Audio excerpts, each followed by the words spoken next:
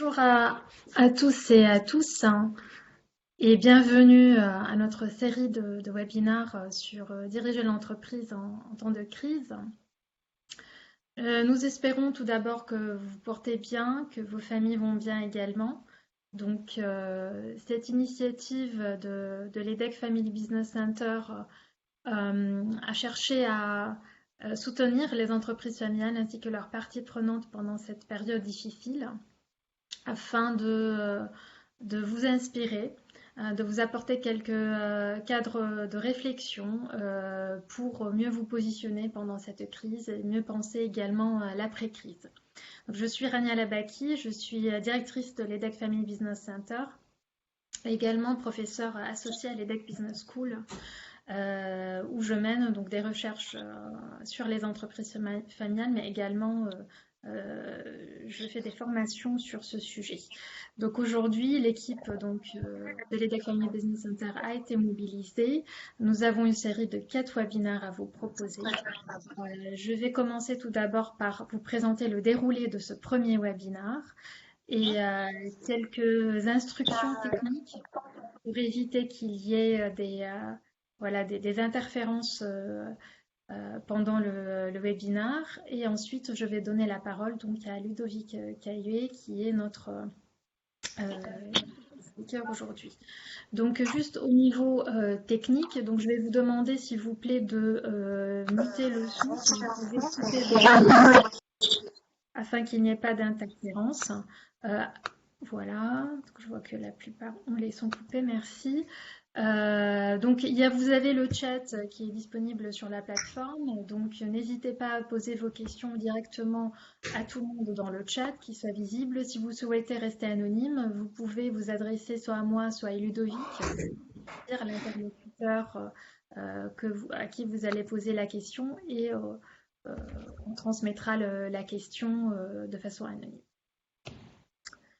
Donc voilà, merci à tous ceux qui se joignent à nous encore une fois de muter le son. Donc c'est quoi le déroulé de la session qu'on va avoir aujourd'hui? Donc tout d'abord une petite introduction pour vous présenter rapidement notre centre et nos activités. Ensuite, nous allons nous plonger dans l'histoire comme ressource stratégique en temps de crise, et puis nous allons avoir quelques échanges. Donc l'introduction va durer quelques minutes. La présentation initiale donc, sur l'histoire, elle va durer autour d'une trentaine de minutes, puis les échanges autour d'un quart d'heure. Donc en introduction, qui sommes-nous? Donc l'EDEC Family Business Center a été créé en 2012 avec le soutien de plusieurs organisations, dont des entreprises familiales. À l'heure actuelle, donc après 8 ans d'existence, les familles Mullier, famille Michelin, Roquette et Viellard du groupe Lisi continuent à nous soutenir. Le centre a été créé avec une mission qui nous est chère, qui est de soutenir les entreprises familiales et leurs parties prenantes. Donc pas que les entreprises familiales, mais l'écosystème, c'est-à-dire on peut penser aux notaires, aux consultants, aux banquiers, aux académiques, aux étudiants même. Donc, pour les inspirer, les soutenir, pour mieux perpétuer le modèle entrepreneurial de long terme à travers les générations qui est caractéristique de ces entreprises. Et donc, pour ce faire, nous avons plusieurs activités que nous menons. Donc, pour inspirer, servir ces entreprises familiales, on crée de la connaissance. On travaille sur des réponses, sur des outils qu'on développe basés sur la recherche, et on propose aussi des formations et des événements pour connecter l'ensemble des parties prenantes et contribuer à faire un impact positif sur l'écosystème au sens large. Notre approche, elle est particulière par rapport à d'autres centres qui existent. C'est une approche holistique, c'est-à-dire nous intéressons pas que aux aspects purement financiers et économiques, c'est-à-dire la création de valeur financière, mais également aux aspects socio-émotionnels, c'est-à-dire la création de la valeur sociale, le bien-être des salariés, la loyauté des salariés, également émotionnelle, l'harmonie familiale notamment. Et nous adressons, encore une fois, pas qu'aux entreprises familiales, mais à toutes les parties prenantes de l'entreprise familiale. Alors, cela passe par des activités, tout d'abord de recherche académique et appliquée, des programmes de formation et enfin des événements pour partager les bonnes pratiques. Nous avons une série de projets de recherche en cours, principalement autour de 4 axes: la succession, le cadre légal, fiscal et financier, l'impact culturel et social, et enfin l'entrepreneuriat ou l'intrapreneuriat familial dans les entreprises familiales. Encore une fois, ces projets sont destinés à apporter des éléments de réponse sur la base d'études scientifiques. Et donc, nos recherches viennent alimenter nos formations. Donc, nous organisons des formations sur mesure, notamment pour différentes organisations, entreprises familiales, organisations qui ont des membres d'entreprises familiales ou encore des parties prenantes, comme par exemple le Conseil supérieur du notariat. Nous avons aussi des collaborations avec l'écosystème pour disséminer notre connaissance dans des revues professionnelles, dans la presse et au niveau européen et international. Et nous organisons donc des événements. Voici quelques exemples. Et avec la crise, donc nous sommes passés donc au stade online avec la série de webinaires que nous proposons. Nous avons une équipe de 4 enseignants-chercheurs avec des origines multiculturelles, mais aussi multidisciplinaires variées, qui nous permettent vraiment d'avoir une compréhension des différentes facettes de l'entreprise familiale, qu'elles soient émotionnelles, sociales, économiques ou financières. Aujourd'hui, nous allons avoir Ludovic Caillé qui va nous inspirer sur une question importante que se posent les entreprises aujourd'hui: comment mieux gérer la crise. Mais nous allons regarder cette question sous l'angle de l'histoire de la stratégie notamment. Les autres enseignants-chercheurs du centre vont partager avec vous leurs expériences et leurs recherches dans les webinaires qui vont venir. Donc le premier webinaire va être animé par Ludovic, qui est professeur de stratégie histoire des affaires, directeur du master GET, Global Economic Transformation and Technology à l'EDEC, qui est également membre de l'EDEC Family Business Research Center, qui avait fait son doctorat à l'Université Lyon 3 en histoire économique. Alors Ludovic, il est très impliqué sur différents aspects, en histoire en général, mais pour l'entreprise familiale en particulier, nous avons collaboré ensemble et nous avons donc un chapitre d'ouvrage dans le livre que vous voyez sur la diapo sur les mythes et l'importance des mythes comme ressources narratives stratégiques dans les entreprises familiales, des mythes familiaux. Et puis nous avons un numéro spécial dans la revue Entreprises et Histoire sur émotion et histoire dans les entreprises familiales. Donc nous vous inviterons à consulter pour aller plus loin. Donc tout cela pour dire que ce qui va être présenté aujourd'hui, c'est basé sur des études académiques qui ont été déjà finalisées, mais aussi qui sont en cours. Donc Ludovic va pouvoir maintenant prendre la parole et donc nous lancer vers cette aventure pendant une trentaine de minutes. Merci beaucoup Rania. Je vais partager mon écran. J'entends encore des gens qui tapent sur l'ordinateur, donc faites-le en coupant votre micro si vous voulez bien, ce sera plus facile pour tous. Super. Voilà, je suis en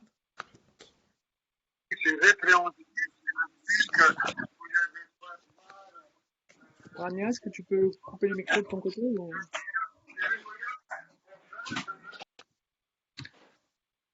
Alors, je vais...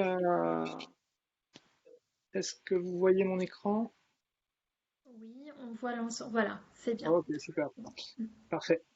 Donc, il y a plusieurs challenges. On est en online. Vous êtes tous et toutes confinés sans doute, ou pour beaucoup d'entre vous en télétravail. Donc, vous avez, j'espère, vous n'êtes pas encore complètement saturé de Zoom, de Google Hangout et autres BlueJeans. Donc, on va essayer de rester bref. C'est un challenge, un sujet assez large. Et Rania a été ambitieuse pour ce challenge. Je vais sans doute pas vous dire comment traverser la crise et vous donner de solutions miracles. Je suis professeur de stratégie en effet, mais j'ai une formation d'historien. Les historiens sont surtout bons pour prédire le passé plutôt que l'avenir. Mais on va essayer quand même de réfléchir à ce sujet de l'histoire comme actif stratégique pour l'entreprise et en particulier pour les entreprises familiales.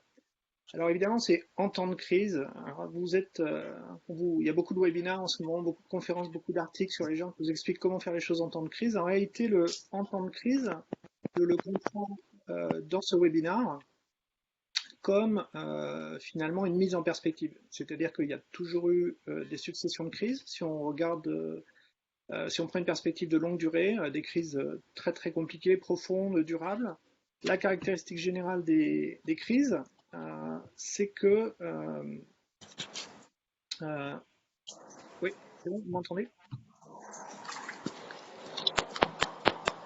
La caractéristique des crises, c'est que la notion de crise elle-même a beaucoup évolué dans le temps. Donc la crise, pour Marx et Engels, par exemple, c'est une donnée purement politique. Et puis ça va passer à un terme économique.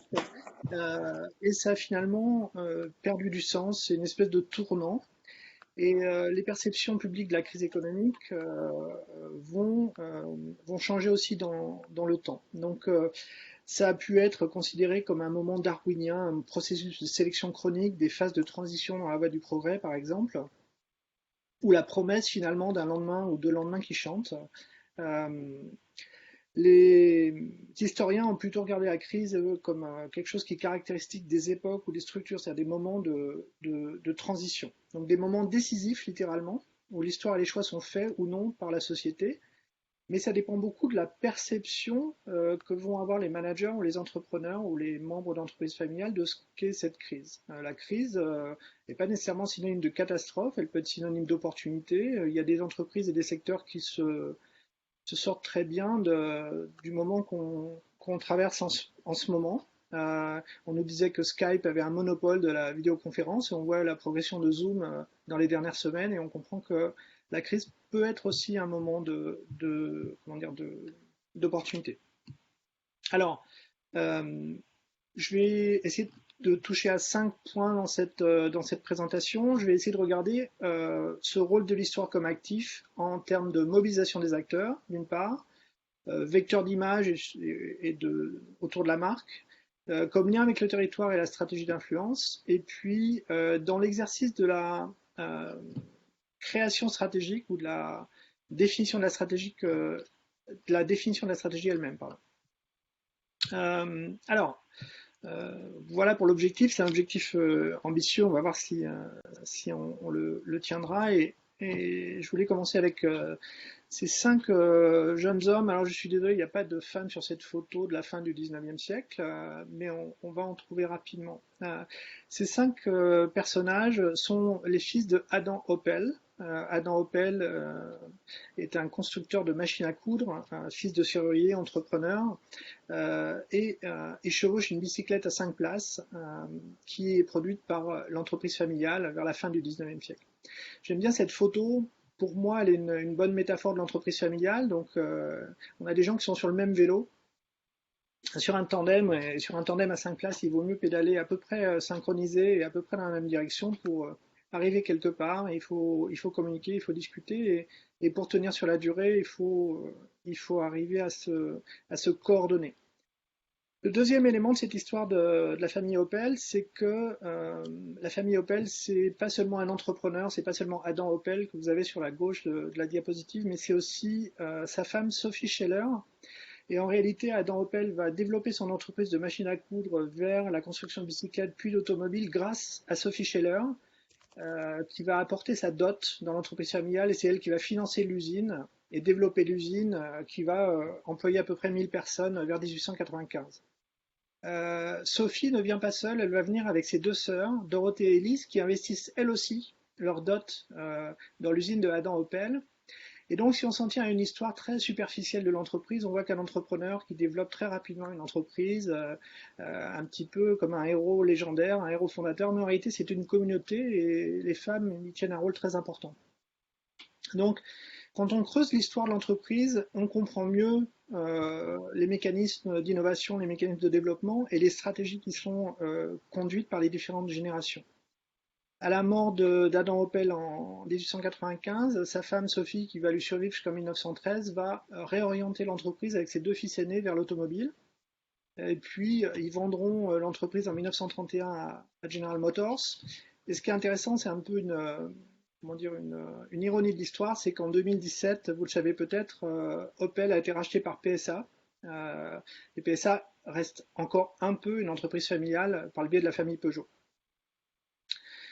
Alors, j'avance dans ma proposition. Ici, on parle d'histoire, mais on parle de stratégie. Et après tout, j'enseigne la stratégie. Et qu'est-ce que c'est que la stratégie? On a parlé de la crise, mais qu'est-ce qu'on entend par stratégie? Alors, vous allez trouver des centaines de définitions de la stratégie. Elles sont très, très nombreuses et pas toujours simples.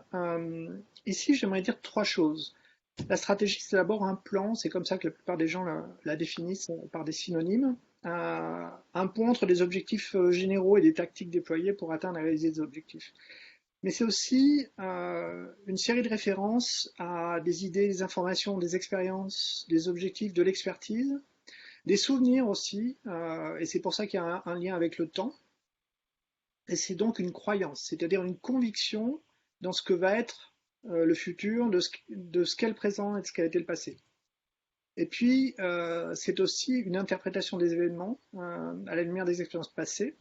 Et donc, c'est un imaginaire, la stratégie. C'est-à-dire, c'est une façon de se représenter le futur. Et dans le travail des stratèges, quand on lit la lettre aux actionnaires d'un Jeff Bezos, c'est un travail de conviction. Donc, c'est vraiment un travail qui consiste à faire des analyses, bien sûr, mais aussi à faire partager ses convictions sur ce que va être le long terme. Alors, la proposition ici qui nous intéresse en termes de recherche en stratégie, et c'est basé sur une littérature que je vais vous épargner, mais c'est que on va regarder l'entreprise non pas comme un ensemble, un portefeuille de produits et de marchés, mais un portefeuille de ressources et de compétences. Alors, c'est une perspective qui a été développée par Edith Penrose, qui est une professeure de Harvard, dans un livre sur la théorie de la croissance de la firme qu'elle a publié en 1959. Et le point de vue, pour faire très simple, d'Edith Penrose, c'est que l'avantage concurrentiel d'une entreprise, c'est-à-dire ce qu'elle va développer de mieux que ses concurrents, est lié sur l'identification qu'elle peut faire de ses ressources et des compétences clés. C'est ce qui va la différencier des autres en termes de performance. Alors, cette perspective de performance différente à l'échelle de la firme, elle est en appui sur une démonstration qui est celle de la difficulté à imiter les capacités stratégiques. Alors les capacités stratégiques, c'est l'ensemble des ressources de l'entreprise, alors ces ressources physiques, financières, technologiques, qu'elles soient tangibles ou intangibles, et l'ensemble couplé à l'ensemble de ses compétences. Donc la compétence, c'est le savoir-faire et l'expérience. Pourquoi est-ce une source d'avantage concurrentiel? Les ressources et les compétences, donc qui forment les capacités stratégiques, sont une source d'avantage concurrentiel potentiellement durable et peu imitable parce que le lien ressources-compétences est complexe. Il est complexe parce que ces liens ne sont pas toujours très faciles à déterminer. Ce sont des liens au sein de l'organisation, mais aussi à l'extérieur de l'organisation, avec les fournisseurs, avec les collectivités, avec les communautés qui entourent l'entreprise. Ça, c'est un premier élément, donc complexité des liens.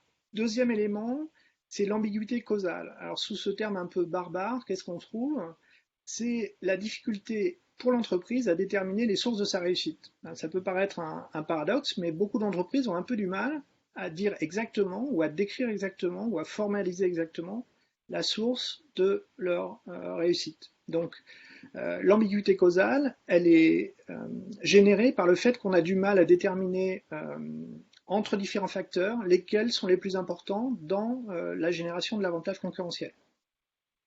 Troisième source d'inimitabilité des capacités stratégiques, la culture et l'histoire. Et ça peut s'acheter éventuellement si on rachète une entreprise, mais c'est très difficile à construire très rapidement en dehors d'une acquisition. Donc la culture et l'histoire génèrent des schémas de pensée implicites qui font que les agents dans l'entreprise n'ont pas besoin d'expliquer chacune de leurs actions, chacune de leurs initiatives. Il y a beaucoup d'intuitifs.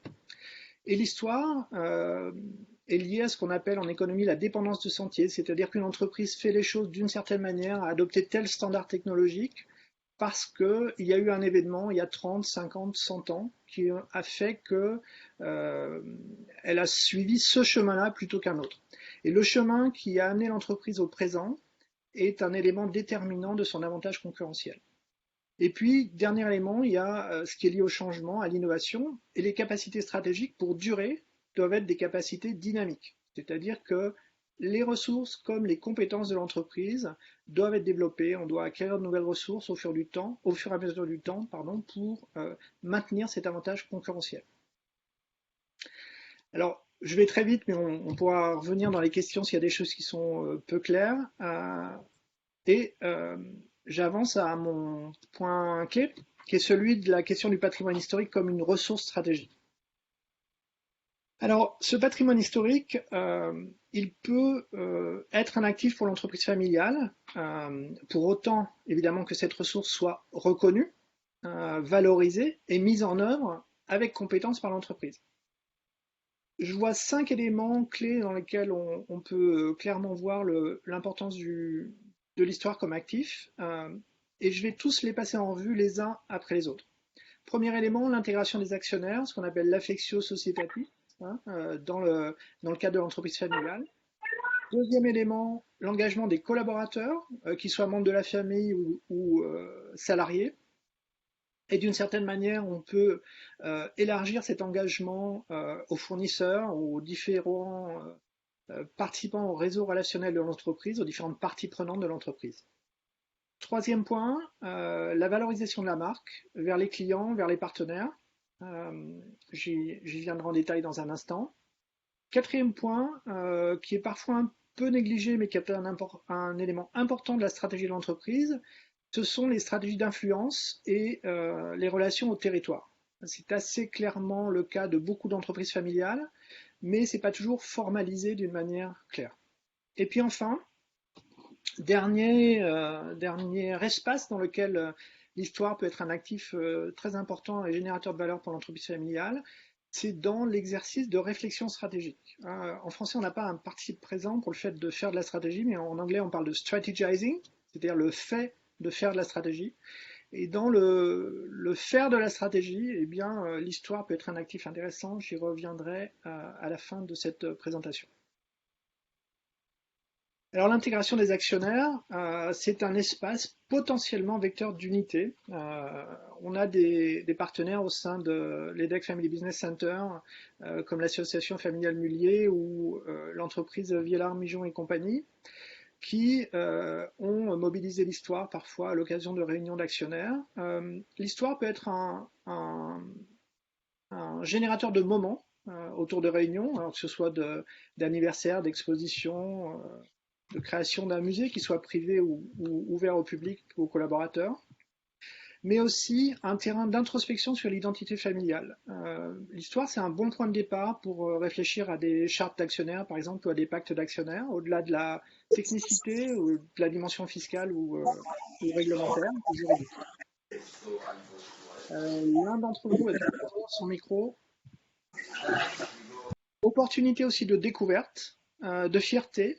Ça, c'est pour les émotions positives, mais aussi confrontation avec des épisodes plus douloureux ou plus controversés au sein de l'entreprise. Alors, ces épisodes peuvent être liés à l'histoire générale du pays, du territoire, ils peuvent être liés à l'histoire de la famille, ils peuvent être liés à l'histoire de l'entreprise. Donc, cette confrontation peut être difficile, mais elle peut être génératrice d'éléments très positifs, dans la mesure où les nouvelles générations, par exemple, n'ont pas d'éléments de responsabilité ou de lien avec les décisions ou avec les événements qui ont eu lieu dans le passé. Donc l'histoire en résumé, une opportunité pour l'affectio societatis, mais un sujet très sensible et très délicat. Il y a un lien extrêmement affectif à l'histoire, c'est le sujet qu'on avait développé dans le numéro spécial d'Entreprise et l'Histoire sur les émotions. Les émotions positives et négatives sont évidemment amplifiées dans le contexte de la famille. Et puis, ce qui est intéressant aussi, c'est de constater et de réaliser qu'on a des représentations parfois antagonistes du passé. C'est-à-dire que les différents membres de la famille, les différents membres de l'entreprise n'ont pas la même vision de ce qui s'est passé dans le passé. Et ça, c'est un enjeu très important d'arriver à confronter des représentations antagonistes ou des représentations différentes de ce qui s'est passé. Alors, on y reviendra, mais une des manières de régler en partie ce problème, c'est d'utiliser des tiers et plutôt des professionnels, comme des historiens par exemple, qui vont avoir une capacité à mettre en perspective et à problématiser un ensemble de faits qui s'est déroulé dans le passé. Alors voilà pour l'affectio societatis. Deuxième élément sur lequel je veux passer un petit peu plus de temps, c'est la capacité de l'histoire comme actif stratégique pour mobiliser et engager les collaborateurs. L'histoire peut valoriser l'organisation comme employeur. C'est un élément important du développement de la marque employeur, en particulier pour des entreprises de taille petite ou moyenne qui sont très peu connues du grand public. Donc, une bonne façon de parler de vous comme entreprise et comme entreprise familiale, c'est de montrer eh bien, une série de succès, de développement, de réalisation, une histoire de résilience aussi dans la durée. Le matériau historique permet aussi d'exposer la diversité et la profondeur de l'expertise professionnelle au sein de l'entreprise, de souligner, de mettre en avant les savoir-faire et puis de permettre de valoriser les fiertés professionnelles, qu'elles soient techniques ou en termes de savoir-faire en général. Et puis enfin, l'engagement des collaborateurs, c'est aussi de les mobiliser de manière volontaire souvent ou bénévole. Ils sont souvent très intéressés à ça pour certains d'entre eux, pour maintenir, promouvoir l'innovation dans la conservation et la transmission des savoir-faire. Donc la formation professionnelle au sein de l'entreprise, c'est aussi un lieu où on peut utiliser l'histoire comme conservatoire des savoir-faire de l'entreprise. Alors on y reviendra, mais c'est aussi un lieu de mobilisation en lien avec les territoires. Les entreprises, en tout cas dans leurs établissements, sont en général de quelque part, elles viennent de quelque part, à l'occasion de fêtes, de rituels, et aussi en utilisant les espaces bâtis, les lieux du travail, soit les établissements, en France et à l'étranger. Cette notion qui touche aux entreprises à activité internationale est très importante parce que l'histoire, c'est une façon de rendre réel pour les collaborateurs qui travaillent à l'étranger votre entreprise, qui reste parfois simplement abstraite ou liée uniquement aux délégués qui viennent de temps en temps dans le pays, dans la filiale ou aux produits. L'histoire, ça peut être une communauté de destin entre collaborateurs, parfois distants géographiquement, mais aussi entre générations de salariés. L'histoire, c'est aussi une capacité pour l'entreprise à faire du lien entre les retraités, les salariés actuels et puis des futurs salariés qui seraient recrutés. Ce lien avec les retraités, pardonnez-moi, en temps de crise n'est pas anodin. Il y a pas mal d'entreprises qui font appel à des jeunes retraités actuellement pour venir donner un coup de main, venir tenir des postes qui sont difficiles à tenir par d'autres salariés. Alors j'ai pris un exemple qui n'est pas une entreprise familiale. Alors je ne sais pas si beaucoup d'entre vous ont suivi le hashtag Au revoir Patrick, qui il y a quelques semaines était une tendance très importante sur les réseaux sociaux. Patrick, c'est le premier TGV, ce TGV orange qui est en photo ici. Et je vais essayer de vous montrer une vidéo si ça fonctionne, je l'espère. On va voir si ça fonctionne. Je vous reprends dans un instant.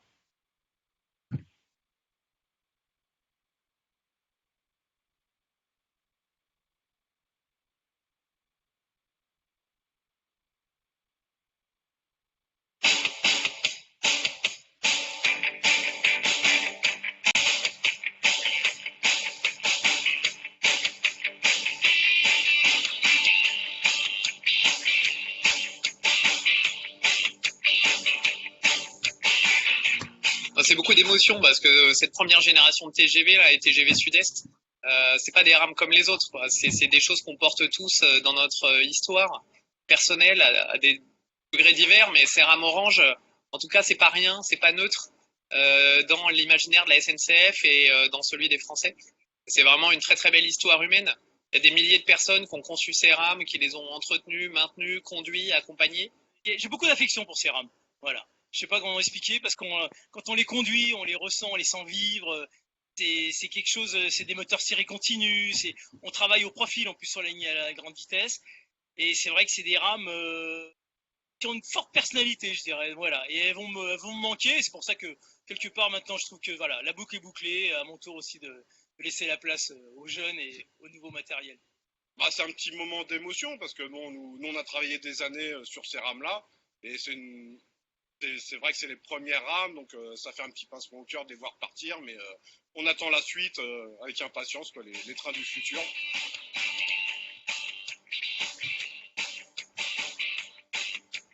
et on voit le confort et on voit le nombre de voyageurs que l'on transporte. Il suffit de prendre le TGV pour s'apercevoir que c'est vraiment une réussite. Là où je suis d'autant plus touché, c'est de voir cette rame avec les 3 livrets et retrouver entre guillemets, le museau orange. Ben là, ça fait chaud au cœur, quoi, parce que c'est comme ça qu'on l'a conduit. Et c'est quand même un gros morceau qui s'en va. C'est quand même un gros morceau, surtout celle-là, surtout la 01, qui a participé aux essais, qui était encore à l'époque où on faisait des rames de pré-série. On ne fait plus maintenant, quasiment. Donc là, on a 2 rames qui ont pas mal bourlingué, enfin la 1 et la 2 notamment, qui ont pas mal bourlingué. Donc celle-là, elle a vraiment vécu l'histoire du début du TGV. Donc c'est un monument, celle-là. On se dit que le TGV serait peut-être pas ce qu'il est aujourd'hui, en France, en Europe, peut-être aussi dans le monde, si tous ceux qui ont travaillé sur les rames oranges n'avaient pas bien fait le job. Et le fait d'avoir tenu son petit rôle à cette époque-là, bah, ça rend superbement fier. Donc elle part, oui, mais elle part dans les honneurs.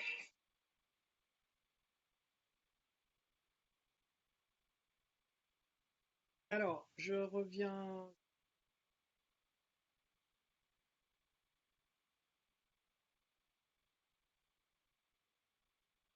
Oui, on m'entend. Ok. Donc, je vous ai présenté cet exemple de TGV Au revoir Patrick. C'est une initiative qui est partie d'agents de la SNCF en interne dans l'entreprise. Une initiative qui n'était pas a priori à l'origine de l'entreprise au départ. Et qui va prendre une ampleur très importante et qui va être réappropriée par l'entreprise au vu du succès. Il faut se remettre dans le contexte de la SNCF, qui est une entreprise qui laisse pas indifférents les Français, hein, positivement et négativement, et qui a assez peu d'occasions, parfois, surtout après un mois de conflits sociaux au mois de décembre de l'année dernière, de communiquer positivement en interne et en externe, de recréer du lien entre des agents avec différents niveaux hiérarchiques, comme on le voit dans cette vidéo. Alors voilà, cet exemple, c'est pas une entreprise familiale, mais on peut imaginer en quoi l'histoire peut être un actif très important pour créer du lien entre les agents, y compris après des périodes difficiles pour une entreprise. Alors j'avance un petit peu plus vite parce que le temps nous est compté. Pour aller à mon deuxième point, qui est celui de mon troisième point, pardon, qui est celui de la valorisation de la marque. Alors la valorisation de la marque peut prendre différentes formes. Ça peut être d'abord une histoire d'innovation, donc la démonstration des capacités de transformation de l'entreprise dans la longue durée, à partir d'une série de produits, à partir d'une série de services qui ont été offerts dans le passé, et de montrer aussi comment l'entreprise a pu prendre des tournants à différents moments, à des moments de difficulté où elle a dû par exemple se diversifier, se restructurer ou changer de cap. Deuxième élément de valorisation de la marque, c'est de montrer bien sûr en termes de réputation la capacité de l'entreprise à durer, sa résilience, sa résistance dans la période de crise. Cette démonstration historique permet de donner une perspective d'avenir grâce au passé. Troisième élément, c'est celui de surfer en partie sur la vague du marketing nostalgique. Ça, c'est une chose que les entreprises font période de crise ou pas, mais c'est vrai que les moments de crise et d'interrogation ont tendance... Est-ce que vous pouvez être en grand format, s'il vous plaît? Allô? Sur l'écran.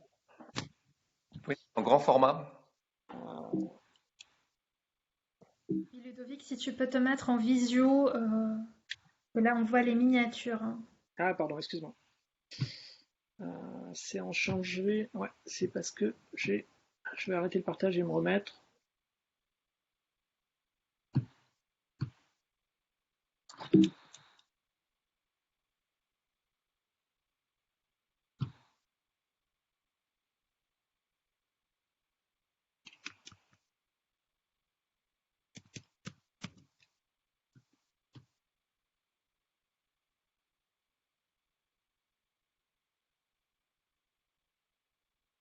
C'est bon comme ça? Oui, oui, c'est okay. bon. Désolé, c'était ma machine qui a changé d'écran. Je parlais de marketing nostalgique, ça c'était un élément.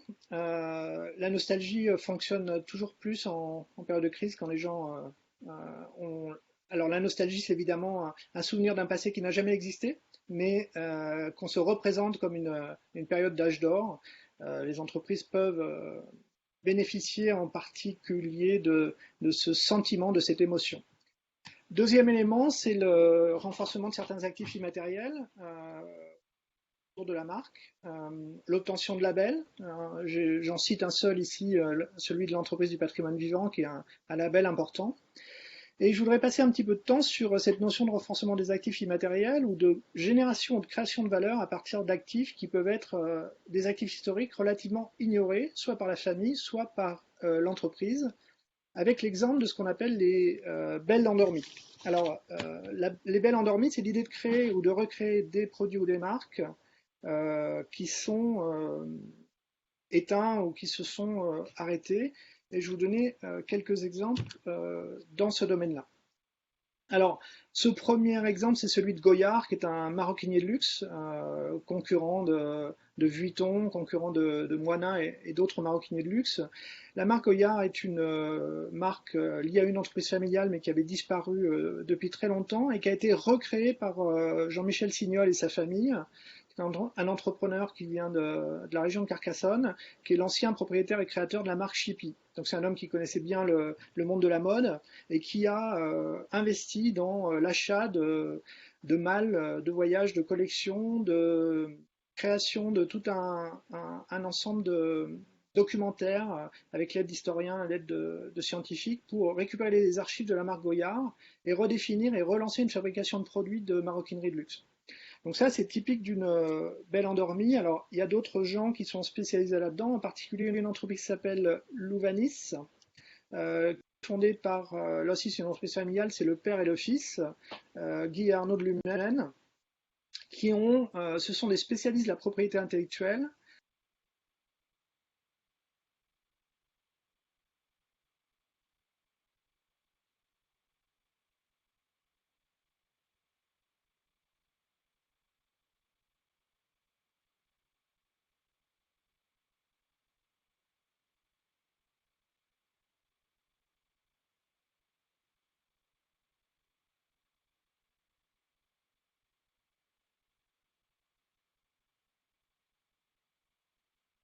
De ces marques, de remonter un dossier de propriété intellectuelle propre, des archives, faire travailler des historiens, acheter des pièces de collection et puis les proposer à des investisseurs qui vont les relancer comme marque active dans leur domaine d'activité. Donc Paul Poiret, par exemple, maison de couture française fermée en 1929, a été relancée en 2018 par Shinsegae, qui est un opérateur de grands magasins coréens. Donc il a relancé, il a mis un créateur, il a mis de l'argent dans la marque pour la relancer. Donc voilà un exemple d'actifs relancés à partir d'actifs historiques qui se trouvaient dans des portefeuilles, dans des inventaires d'entreprises potentiellement familiales. Alors ces investisseurs, ils sont des investisseurs qui viennent de différents pays du monde, en particulier il y a beaucoup de groupes chinois qui ont réinvesti dans ces éléments-là. Alors, une autre façon de valoriser la marque, c'est la mise en scène du patrimoine. Alors cette mise en scène, elle peut se faire au travers d'expositions, d'ouvrages ou de sites web, mais aussi au travers du tourisme industriel. Alors j'ai pris l'exemple d'entreprises qui sont familiales, mais pas que familiales. Le musée Electropolis d'EDF à Mulhouse est un très bon exemple de réussite de tourisme industriel. L'Aventure Michelin, un des musées les plus visités en Europe pour le tourisme industriel. Il se trouve à Clermont-Ferrand, c'est pas le cœur du tourisme en France, et pourtant ça attire des dizaines de milliers de personnes chaque année pour visiter l'Aventure Michelin, qui est un musée d'entreprise. On peut parler aussi de la manufacture d'aiguilles, d'épingles Bohin, qui est en Normandie, vers l'Aigle. Il y a toute une série d'exemples de musées, et le tourisme industriel, c'est une destination touristique très dynamique. Elle risque de l'être de plus en plus après la crise, dans la mesure où c'est un tourisme de proximité, potentiellement pour pas mal de voyageurs et pas mal de familles en particulier. On peut aussi parler du marketing expérientiel au travers de l'histoire, en mettant en contact les clients avec l'archive, avec des artefacts, des films, des objets, des produits. Et puis certaines entreprises ont fait intervenir des artistes. Les Galeries Lafayette, il y a quelques années par exemple, ont fait travailler des artistes dans leurs archives et en leur permettant d'imaginer la création de nouvelles archives. Donc il y a un artiste par exemple qui a imaginé une correspondance entre le fondateur de l'entreprise, Monsieur Bader, et puis le fondateur d'autres grands magasins à l'étranger. Alors, cette correspondance n'a jamais eu lieu, mais cet artiste a imaginé ça. Donc on peut lier le contemporain au passé dans ce contexte-là. Alors une chose qu'il ne faut pas oublier, c'est les livres. C'est souvent un objet assez assez évident quand on parle d'histoire. Je vous ai deux exemples ici. Un travail qui a été fait auquel j'ai participé sur l'histoire des laboratoires Pierre Fabre, qui a été publié aux éditions de Priva. Donc est une histoire de l'innovation. Souvent les gens de marketing ont peur du passéisme, mais l'histoire, c'est surtout un catalogue de l'infinité des possibilités qui sont ouvertes à l'entreprise. Les circonstances mises à part, on peut y trouver des éléments importants pour l'avenir. Ça peut être un livre un peu épais comme celui de Pierre Fabre avec un très gros travail dans les archives, ou ça peut être un livre plus illustré comme celui qui a été fait sur le BHV aux éditions Assouline.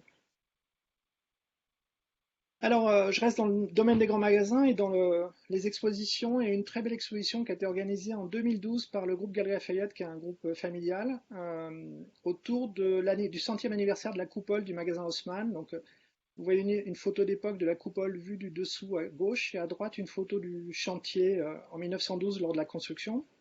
Et cet événement qui s'appelait 100 ans sous la coupole est un événement qui a été dirigé vers les actionnaires familiaux, vers les partenaires de l'entreprise et vers le grand public, puisqu'il s'est déroulé dans le magasin lui-même, au sein d'un espace d'exposition qui s'appelle la Galerie des Galeries. Et l'entreprise n'a pas hésité à faire travailler un très grand architecte, Rem Koolhaas, qui a travaillé sur l'exposition, qui a attiré des dizaines de milliers de personnes dans le magasin, qui a priori n'étaient pas nécessairement sensibilisés à l'histoire, on ne connaissait pas l'histoire de ce groupe familial. Alors ça m'amène à parler des stratégies d'influence et de territoire. Quatrième point de ma présentation, c'est les relations avec l'environnement de l'entreprise. Les communautés territoriales, c'est un élément essentiel au moment où de plus en plus, et on le voit à l'occasion de cette crise, les gens soulignent l'importance des circuits courts, le fait d'appartenir à une communauté, d'être d'ici, de faire du Made in France ou du Made in Belgium ou du Made in Germany. Des relations de qualité avec l'environnement de l'entreprise permettent de faire de la prévention avant même les crises. Ça va faciliter toute une série de relations. On va être connu de la communauté, non seulement des autorités administratives ou des élus locaux, mais aussi de la population tout simplement. Et ça permet d'avoir une politique de prévention en termes de gestion de crise. On va mieux vous croire si vous avez été relativement transparent et communicant et source de fierté locale autour des réalisations de l'entreprise grâce à l'histoire. On a des entreprises qui sont très habiles dans ce domaine-là. Je vous donne un exemple ici, c'est celui des Cloches Paccard en Haute-Savoie, qui sont un acteur du tourisme industriel et qui voient leurs efforts finalement démultipliés par les autorités locales. Il y a un lien ici vers Savoie-Mont-Blanc, qui est l'opérateur du tourisme de la région, qui renforce et qui aide finalement en faisant de la publicité pour cette entreprise, pour ses visites. J'avance un petit peu parce que le temps presse, avec un autre exemple qui est celui de l'industrie cosmétique et du parfum. Les entreprises familiales parfois sont trop petites pour pouvoir s'offrir entre guillemets des capacités de lobbying ou des stratégies d'influence très développées, mais par contre collectivement elles peuvent générer des réalisations intéressantes avec une image de pays ou des thématiques régionales autour de savoir-faire. Ici, vous avez l'exemple de la Cosmetic Valley autour de Chartres, Orléans et Tours, où c'est décentralisé une bonne partie de l'industrie de la parfumerie et de la cosmétique parisienne à partir des années 70, derrière l'entreprise Guerlain. Et on va trouver d'autres entreprises familiales, en particulier Sisley avec la famille Dornano ou LVMH, qu'on peut encore qualifier d'une certaine manière d'entreprise à contrôle familial. C'est le cas aussi de l'entreprise Fragonard dans une autre région, à Grasse, autour de Nice, et à Paris avec un musée du parfum et une série de visites pour les clients. Je tiens les délais avec mon dernier point sur la réflexion stratégique. Je vois Rania soucieuse. J'espère que vous tenez tous le coup à 25 minutes passées d'exposé. Je l'ai dit à plusieurs reprises, mais je le répète, le passé ouvre l'infini des possibles en termes de stratégie. J'ai une expérience personnelle dans une autre institution à l'Université de Toulouse d'animation de séminaires de réflexion stratégique autour d'études de cas basées sur une recherche historique sérieuse autour d'archives et de dizaines d'interviews avec des cadres et des employés de l'entreprise. Chez Pierre Fabre, on a travaillé beaucoup sur des jeux d'entreprise basés sur l'histoire, sur des animations d'études de cas, pour avoir une réflexion sur l'avenir de l'entreprise, avec un outil qui s'est révélé un levier très fort de créativité sur la réflexion stratégique. Ce qui est important de comprendre ici, c'est que l'histoire, c'est un matériau plastique et que le stratège n'a pas besoin d'inventer des histoires. Les gens de marketing non plus, d'ailleurs, d'une certaine manière, mais qu'ils peuvent agir en curateur du passé, c'est-à-dire en commissaire d'exposition qui va aller dans les archives, dans le passé de l'entreprise, dans les rituels, même dans les mythes d'une certaine manière, dans les histoires qui se racontent, piocher des faits, des personnages, des héroïnes, des héros, des échecs, des succès qui vont être en appui d'un projet stratégique orienté vers le futur. Donc, bien sûr, il peut y avoir dans cette démarche des oublis. Et finalement, faire de l'histoire, c'est choisir ce qu'on va oublier. C'est-à-dire qu'on ne peut pas tout raconter, on ne peut pas tout prendre en compte, et donc il y a des éléments qu'on va sélectionner. Reste à le faire de manière honnête et avec une certaine déontologie. Alors, il faut investir pour faire ce travail. Si on veut que l'histoire soit un actif pour l'entreprise, et en particulier pour l'entreprise familiale, ça nécessite des investissements pour créer de la valeur. Donc ces investissements, ils passent par un audit, une évaluation du patrimoine matériel et immatériel. Il y a des enjeux liés à la propriété intellectuelle ou artistique ou industrielle. Et ça, il faut se faire accompagner par des juristes dans ce domaine-là. Qu'est-ce qui appartient à la famille? Qu'est-ce qui appartient à l'entreprise ou aux entreprises? Ce sont des enjeux qui ne sont pas anodins. Il y a des coûts concrètement quand on veut mettre en valeur un patrimoine bâti. L'entreprise Lizzie Aerospace, qui appartient au groupe Viellard, Mijon et compagnie, a fait un travail incroyable dans le territoire de Belfort de restauration de bâtiments industriels. Mais ce sont des coûts qui, dans une entreprise où on a des actionnaires familiaux et non familiaux, générera peut-être des questions sur le retour sur investissement de telles dépenses. On a des enjeux de méthodologie autour de la collecte des éléments implicites, par exemple les savoir-faire, donc on peut faire des campagnes d'archives orales par exemple, ça c'est une possibilité. Et il y a une nécessité de s'adresser à des spécialistes, des consultants ou des historiens universitaires, ils sont nombreux, et on peut vous aider aussi à l'EDEC dans cette démarche-là. Quels sont les défis pratiques, scientifiques et déontologiques qui se posent à l'entreprise? C'est ma conclusion. Il y a des enjeux managériaux dans la gestion du récit. Le passé n'appartient pas seulement à l'entreprise ou à son management, ou à la famille d'ailleurs. Il y a des voix nombreuses qui peuvent se faire entendre, il y a des récits divergents qui ne sont pas nécessairement faux. Il y a une mémoire ouvrière, il y a une mémoire des femmes, il y a une mémoire de la collectivité, il y a une mémoire patronale. Ce sont des mémoires différentes. Et un des enjeux de faire une histoire sérieuse de l'entreprise et de s'en servir comme un actif, c'est d'être capable d'intégrer ces voix, d'intégrer cette diversité de récits en fonction de ce qu'on veut en faire. Il y a cette question de propriété. Est-ce qu'on possède son passé? C'est difficile de privatiser la mémoire. Il peut y avoir des controverses au sein même de la famille. Et puis, il peut y avoir des enjeux tout simplement légaux ou de propriété. Mais l'histoire comme actif stratégique, c'est une solution qui est donnée aux entreprises familiales, en particulier dans des périodes difficiles comme celles qu'on traverse aujourd'hui. Mais il lui faut dépasser l'histoire des antiquaires pour faire de l'histoire un levier d'innovation et d'ouverture des champs du possible. J'en ai terminé, je vous remercie de votre attention et je suis prêt à répondre à vos questions. Rania. Merci Ludovic, merci à tous et à toutes pour votre attention. Nous avons une première question, Ludovic. En cas de transmission aux générations plus jeunes, comment les nouveaux dirigeants peuvent utiliser l'histoire de l'entreprise tout en donnant leur patte, je pense que tout en imprégnant cette histoire de ce qu'ils sont capables d'apporter. Alors c'est une question assez large. J'essaie de répondre brièvement pour qu'on ait le temps de répondre à plusieurs questions. De mon point de vue, le moyen le plus efficace ou le plus concret, ce serait de faire participer finalement ces jeunes générations à toucher l'archive, c'est-à-dire être capable de les faire participer à un travail de recherche ou d'analyse sur l'histoire de l'entreprise. Ça, c'est un premier élément de réponse.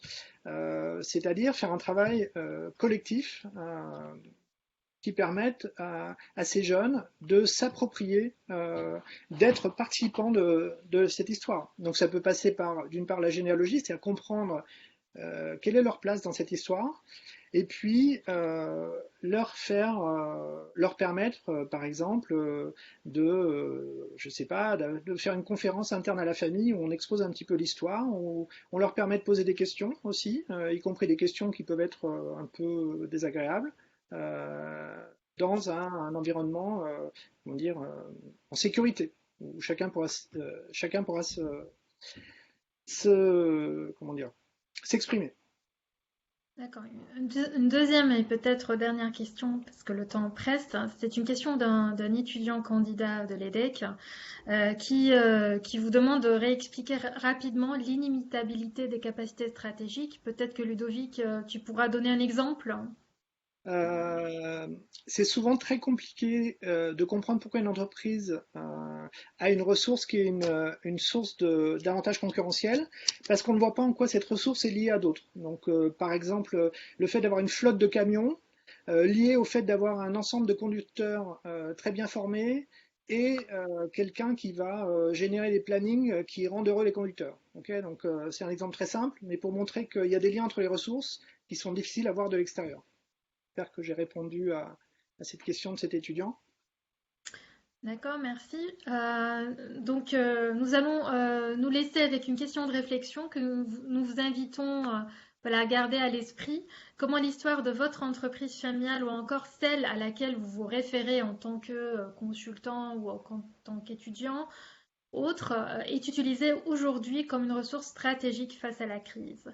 Donc voilà, on vous invite à réfléchir sur cette question et puis voilà, vous inspirer un petit peu de ce qui a été dit pour voir comment mettre en œuvre l'histoire comme une ressource stratégique si ce n'est pas encore fait. Nous allons de toute façon vous adresser la liste des références pour aller plus loin dans vos réflexions. Ludovic. Oui, je voulais te remercier, Rania, pour l'organisation de ce webinaire. Pour les timides qui auraient plus de questions et qui voudraient plus de temps, je viens de mettre mon adresse mail sur le chat, donc n'hésitez pas à m'écrire si vous avez des questions ou si vous souhaitez aller plus loin dans ce sujet. Voilà, et puis sur la dernière slide, il y a l'adresse mail aussi du centre, donc si vous voulez rester en contact, vous avez d'autres questions sur le webinaire ou d'ordre général. Et nous vous invitons aussi à nous rejoindre pour les 3 webinaires restants. Si vous n'êtes pas encore inscrit, n'hésitez pas à vous inscrire. Il reste quelques places. Et donc, nous vous souhaitons une bonne continuation. Portez-vous bien. Et puis, nous espérons vous retrouver très bientôt.